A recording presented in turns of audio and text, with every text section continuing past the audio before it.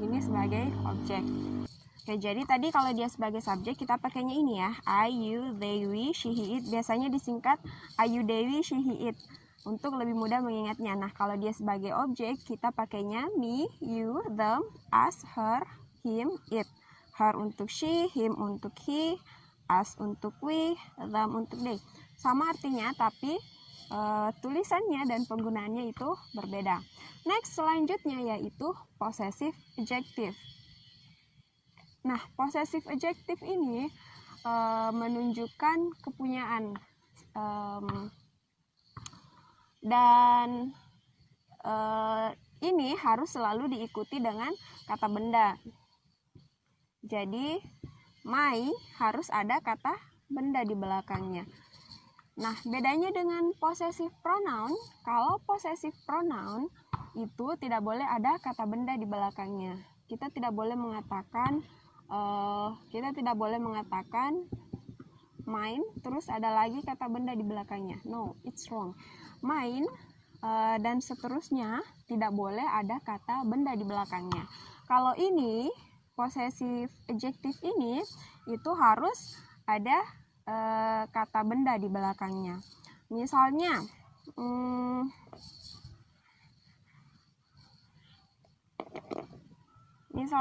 my friend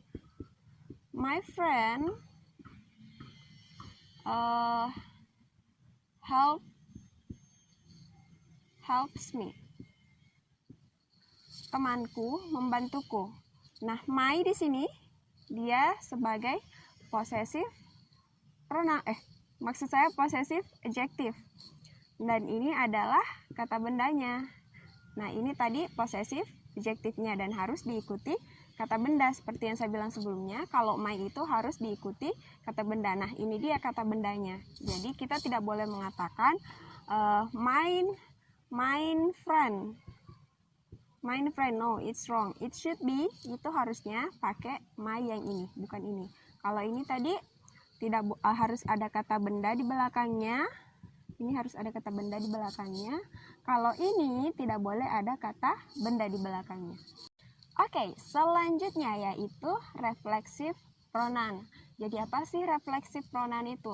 Reflexive pronoun adalah kata ganti yang menunjukkan dirinya sendiri. Misalnya, I love myself. Ya, tintanya habis. Oke, udah ada yang baru ya. Misalnya, I love myself. Saya mencintai diriku sendiri. Misalnya contoh lainnya yaitu do it by yourself. Do it by yourself.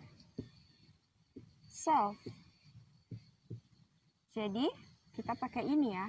Lakukan itu dengan dirimu sendiri. Itu menunjukkan dirinya sendiri. Seperti tadi Miss bilang, kalau reflexive pronoun itu menunjukkan diri sendiri. Jadi yourself, diri kamu sendiri, myself, diri saya sendiri, themselves, diri mereka sendiri, ourselves, ya selanjutnya sampai di bawah ya.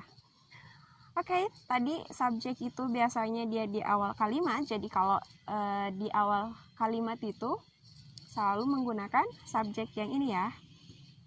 Kalau di akhir kalimat biasanya atau objek selalu menggunakan ini.